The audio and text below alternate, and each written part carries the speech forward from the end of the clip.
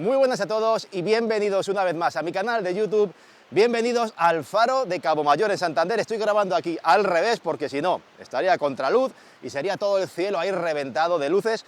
Así que bueno, estoy de espaldas, pero ahora os pondré algún recursito en pantalla para que veáis qué lugar más bonito en Santander, qué bonita que es Cantabria. Y en este caso quiero grabar un vídeo, este sí que es, vamos, un pispás, 10 minutos que me quedan hasta que se pone el sol, pero quiero compartir con vosotros simplemente otro truquito, sobre todo para los que hacéis fotografías con teléfonos móviles y que cada vez más os gusta tirar del gran angular. Y como os decía, en el último vídeo que os grabé sobre el polarizador, quería grabar algún vídeo dedicado al gran angular. Posiblemente haré otro, porque este va a ser así, aquí un pispás muy rápido, pero al menos para que veáis un par de ejemplos y vayáis captando un poquito la idea de lo que os quiero decir. El gran angular tiene una serie de características que es conveniente que conozcamos. Por supuesto, al utilizarlo captamos muchísimo más campo de visión.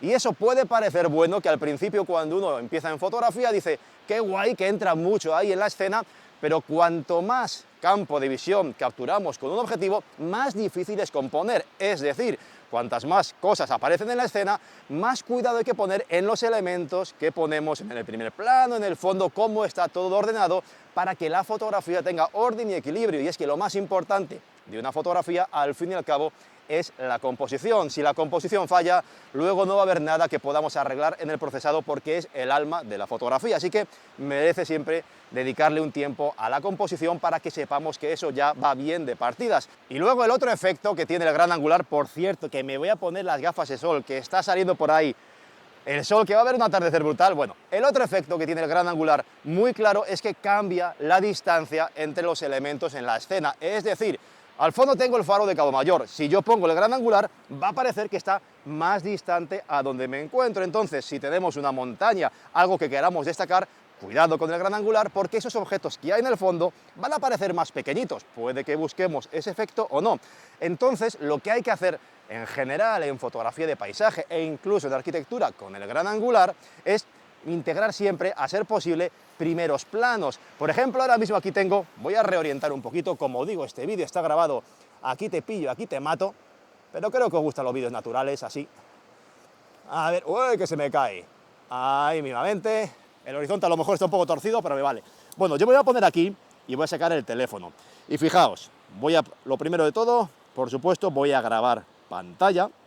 Voy a darle a grabar pantalla porque si no, no vais a ver lo que quiero comentaros. Aquí estoy. Fijaos, el gran angular ahora mismo me permite capturar toda esta escena, me permite meterme aquí encima de los brezos y conseguir estos primeros planos impactantes que son una auténtica pasada. Ahora mismo aquí podría hacer la foto, como tengo el HDR activado, pues seguramente ahí está, me está recuperando, ya tendría la foto hecha, esto ya, instagramero total. Si aquí ahora mismo yo pusiera la lente normal, el faro tiene más importancia, pero pierdo parte del primer plano. Esto, según lo que nos interese, hay que tenerlo en cuenta.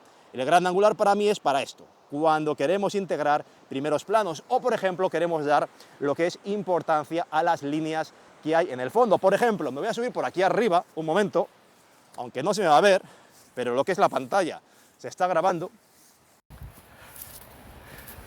Y aquí mismo tengo una serie de líneas. Perdón, ya me quito. Y aquí tengo una serie de líneas que, si os fijáis, con el efecto del gran angular puedo hacer aquí 3 puntas que me llevan en la composición hacia el faro.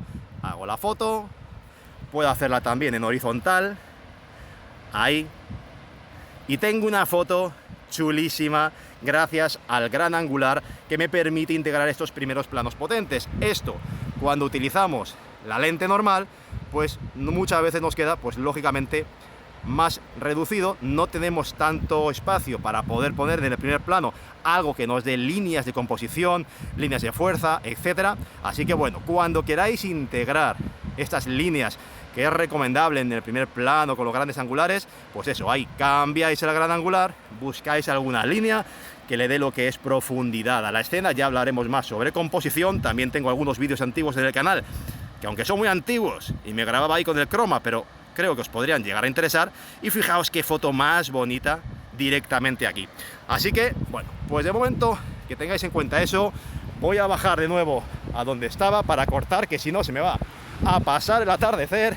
Haré un par de fotos ahora con el teléfono, haré un par de fotos también con la cámara y os pondré un par de ellas en pantalla y ya me diréis cuál os ha gustado más. Así, como digo, un vídeo pim pam. Así que nada, os dejo con las fotografías que voy a hacer ahora. Quedan como unos 15-20 minutos para que se ponga lo que es el sol, así que tengo el tiempo justo de cambiar aquí las cámaras, poner el teléfono. A lo mejor hago también alguna prueba de larga exposición con lo que es, voy a cortar la pantalla, con lo que es el S23 y el filtro de 10 pasos.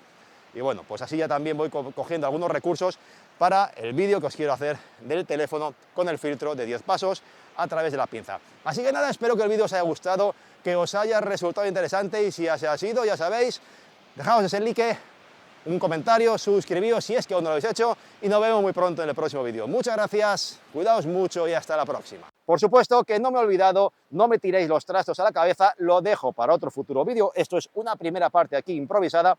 Los grandes angulares están sometidos a otros efectos que son las distorsiones de distintos tipos. En general, los grandes angulares sufren más de distorsiones que focales más largas. Y por supuesto, cuando vamos andando por la ciudad con un gran angular, si encuadramos hacia arriba, vamos a ver cómo las líneas de los edificios convergen, etcétera. Pero bueno, eso lo dejo para otro vídeo. En este no quería liarme. De momento, quedaos con eso, con que los grandes angulares hay que tener mucho cuidado con ellos al componer, que intentemos integrar los primeros planos. Y una cosa muy importante, que sí se me había olvidado decir en el vídeo, es que con los grandes angulares en los móviles generalmente la calidad baja bastante, es decir, las cámaras, los sensores que montan de gran angular en los teléfonos móviles generalmente van por detrás o muy por detrás del sensor principal de los teléfonos móviles, así que son sensores menos luminosos, que tienen menos detalle, así que bueno, mejor que los utilicemos siempre con buena luz porque la calidad baja bastante. Así que nada, ahora sí que corto, que me van a matar en casa, que ya no queda ya casi luz, ya el atardecer ha pasado hace un rato, estoy aquí yo soltando la chapa y me están esperando para cenar, así que corto y me voy zumbando. Hasta el próximo día.